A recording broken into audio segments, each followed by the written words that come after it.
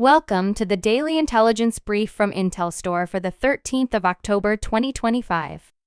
In today's top renewable energy news, Latin America and the Caribbean have unrivaled conditions to lead the global energy transition. This is both for their highly clean electrical matrix and for their increasing weight on the international agenda. It's a region that has the cleanest electricity matrix in the world, with 70% renewables in electricity generation. But to move to the next level, more investment needs to be attracted, and the business model is strong for companies. As the U.S. president pressures world leaders to abandon the energy transition in favor of a U.S.-led fossil fuel resurgence, the status of India's gas-fired power plants helps explain why his pitch isn't getting much traction. In general, renewable energy isn't being done by countries because of some climate change-based agenda. It is being done because it is economic. The U.S. president is undercutting clean energy at the same time economics are propelling it globally.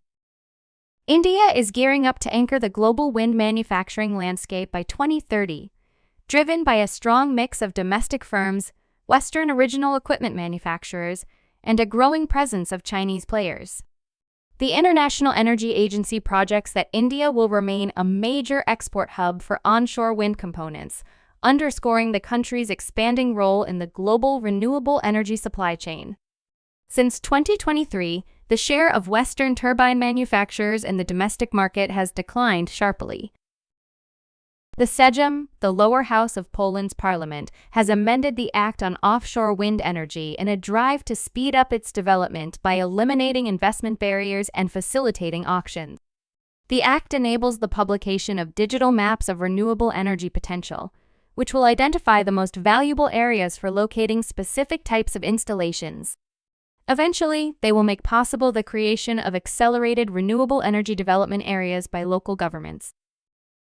German electricity prices for Tuesday jumped to their highest level since February. This comes as low wind levels continue to affect the nation's thousands of wind turbines, with more expensive coal and gas-fired plants needed.